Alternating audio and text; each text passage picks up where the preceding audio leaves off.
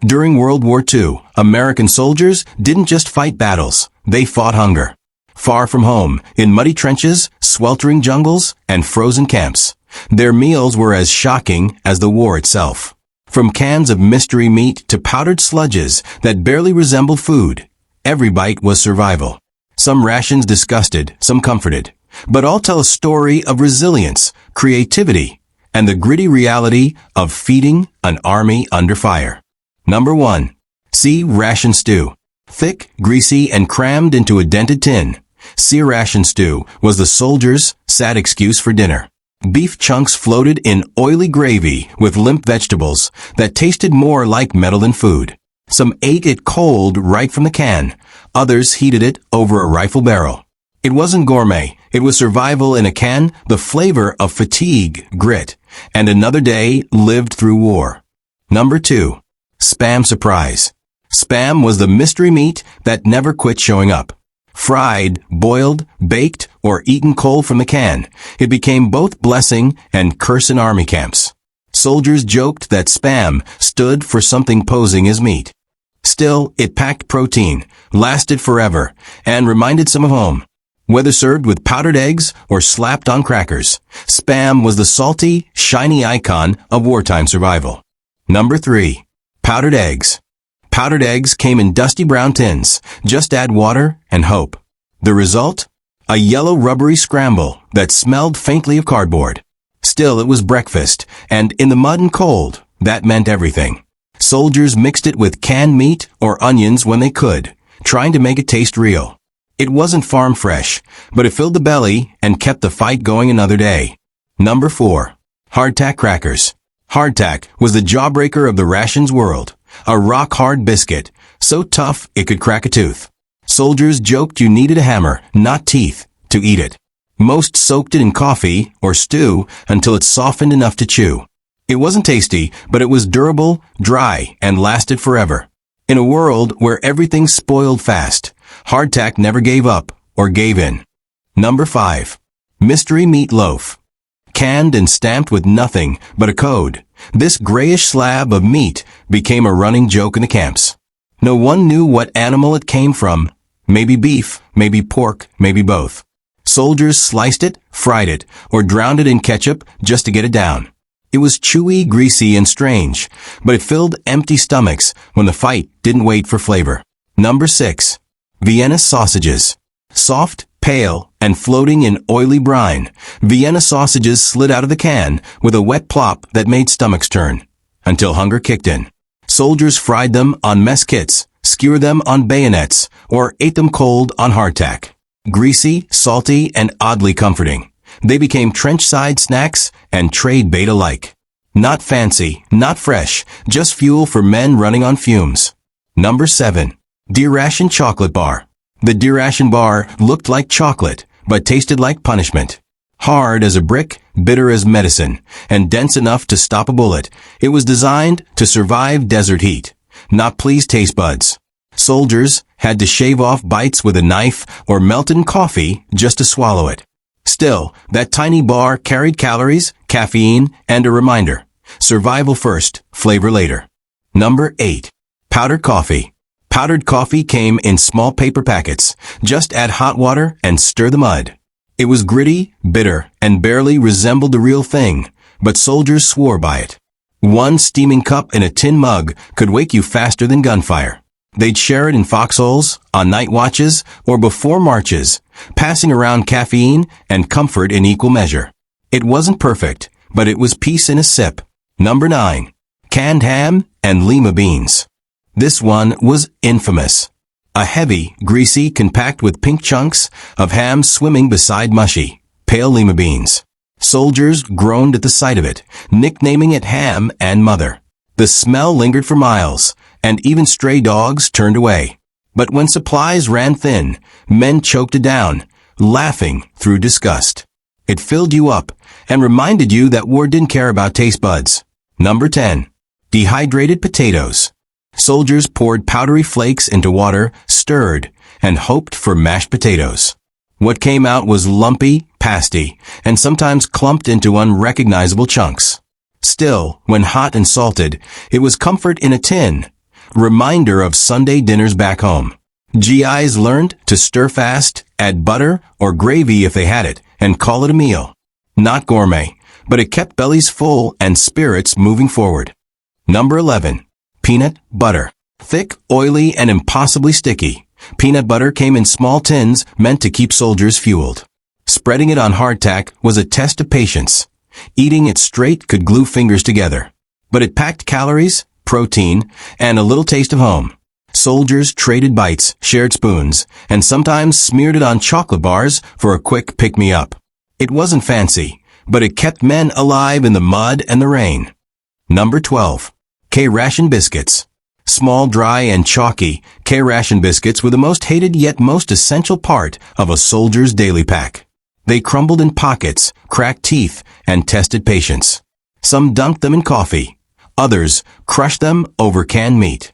Flavorless? Yes. Necessary? Absolutely. Those tiny squares could quiet a growling stomach long enough to march, fight, or rest. And for soldiers, that was all that mattered. Number 13.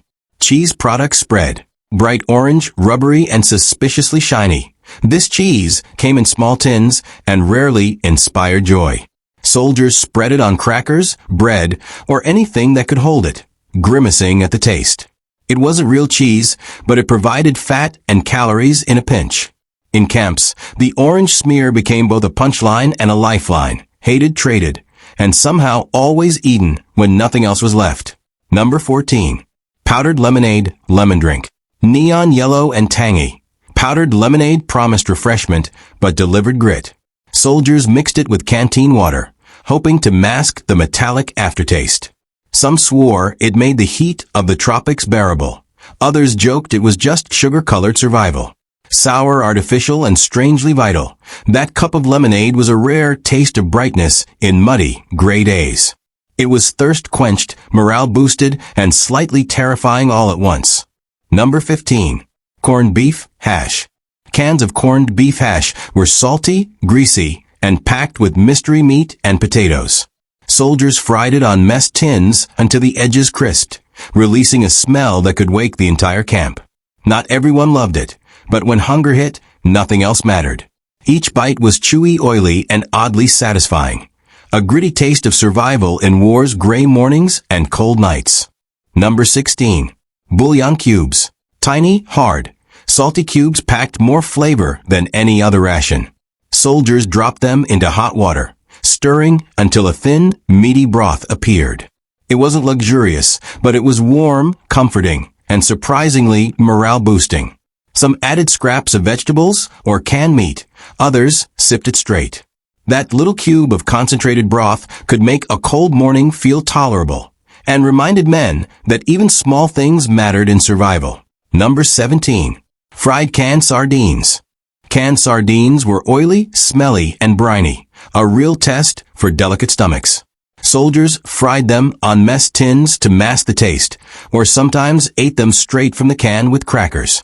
Strong, fishy, and oddly satisfying, they were a quick protein source in the field. Complaints were constant, but sardines kept men going when nothing else was available. Survival, it seemed, often came in tiny, oily packages. Number 18. Raisin cake bar. Dense, dry, and sweet in the wrong way, the raisin cake bar was supposed to be dessert, but soldiers often treated it as a survival snack. Packed with sugar and raisins, it lasted forever in the pack, surviving rain, mud, and heat. Some chewed it reluctantly. Others traded it like currency. It was indulgent, but in the monotony of camp rations, even a chewy, sweet square was a little victory. Number 19. Canned peas and carrots. Soft, grayish, and floating in salty water, canned peas and carrots were the vegetables soldiers didn't ask for but often received. Cold or heated, they rarely inspired joy. Still, in a tin or mixed into stews, they added color, vitamins, and a semblance of home. Soldiers learned to season them with salt, pepper, or any scraps they had, turning bland survival into slightly bearable nourishment. Number 20. Bacon squares. Compressed slabs of smoked pork fat. Bacon squares were greasy, chewy, and hard to eat without getting burned fingers. Soldiers fried them on mess tins, letting the fat render down to flavor everything else in the pan.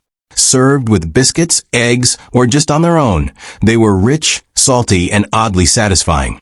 Not fancy, but full of calories. And in the field, calories were king. Number 21. Canned apricots. Sweet, soft, and golden, canned apricots were a rare treat in the monotony of rations. Soldiers prized them for their sugary taste and fleeting luxury, often saving them for birthdays, letters from home, or quiet evenings in camp. Eaten cold or mixed with oatmeal, they were a tiny reminder of normal life. Every bite carried a taste of sunlight and orchard days far away from muddy trenches and mess tins. Number 22. Powdered milk, Clem. Powdered milk, sold under the brand name Clem, was a staple in every ration pack. Mixed with water, it produced a thin, chalky liquid that tasted nothing like fresh milk. Soldiers used it in coffee, cereal, or even baking when possible. Not comforting, not tasty, but nutritious enough to keep bones strong. It was a reminder that survival often meant settling for what was available, however unappetizing. Number 23. Liver spread. A metallic, gritty paste, liver spread came in small tins and was both feared and traded among soldiers. High in iron and calories, it could be smeared on crackers or eaten straight from the can. The taste was strong, the texture strange, but in the scarcity of war, it became a lifeline. Soldiers learned to grin, swallow, and move on, proof that necessity often outweighed flavor. Number 24. Fruitcake rations. Dense, sticky, and nearly indestructible, fruitcake was a holiday favorite that found its way into soldiers' rations. Loaded with candied fruit and nuts, it lasted months, surviving heat, cold, and jostling in backpacks. Some loved it, most tolerated it, but everyone respected its staying power. A slice could feel like a celebration in the trenches, a rare, sweet reminder of home during long, gray days. Number 25. Instant noodle soup. Early dehydrated noodle soups were lightweight, salty, and quick to prepare, perfect for soldiers on the move. Pour hot water, wait a few minutes, and a flimsy broth with limp noodles emerged. It wasn't gourmet, but it was hot, filling, and comforting in cold foxholes. Simple, fast, and surprisingly morale-boosting. This early convenience food became a lifeline when nothing fresh was available in the field. Number 26. Spam fried rice. In the Pacific, soldiers improvised with what they had. Cans of Spam leftover rice, and sometimes a bit of canned pineapple were fried together in mess tins or even helmet lids. The result was greasy, salty, and oddly satisfying. Not fancy, but it turned rations into a meal that reminded troops of home kitchens and gave a little morale boost amidst the heat, mud, and endless marches. Number 27. Army stew. When desperation hit, soldiers tossed every leftover into one pot. Beans, canned meat, powdered vegetables, even bits of chocolate or coffee. The result was a gray-brown, thick stew that smelled questionable. Yet, in the trenches, it was sustenance. GIs learned to stir, season with salt, and swallow fast. Ugly, strange, sometimes horrifying, but it was survival in a bowl. Every bite kept men alive. Number 28. Powdered orange juice. Bright, neon, and surprisingly gritty, powdered orange juice promised a burst of vitamin C, but delivered a strange, tangy sludge. Soldiers mixed it with water in their canteens, hoping to hide the bitter, chalky taste. It wasn't refreshing like real juice, but in the tropics or frozen winters, that little cup of citrus was a rare taste of normalcy and a shield against scurvy. Number 29. Jungle rations. Specially designed for tropical warfare, jungle rations were lightweight. Dehydrated meals meant to survive heat and humidity. Coconut rice, dried beef, and bits of papaya or other fruit were packed into compact tins. They were tough to chew, often bland, but provided critical nutrition in remote locations. Soldiers learned to improvise, rehydrate, and survive off these packs, a stark reminder that sustenance often outweighed flavor in war zones. Number 30. Dog biscuits.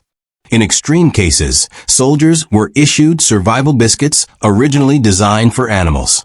Hard, tasteless, and nearly impossible to chew, These dog biscuits were a last resort for starving troops behind enemy lines. Packed with calories and designed to last indefinitely, they were survival food in its rawest form. Not appetizing, not comforting, but they could keep a man alive when nothing else would.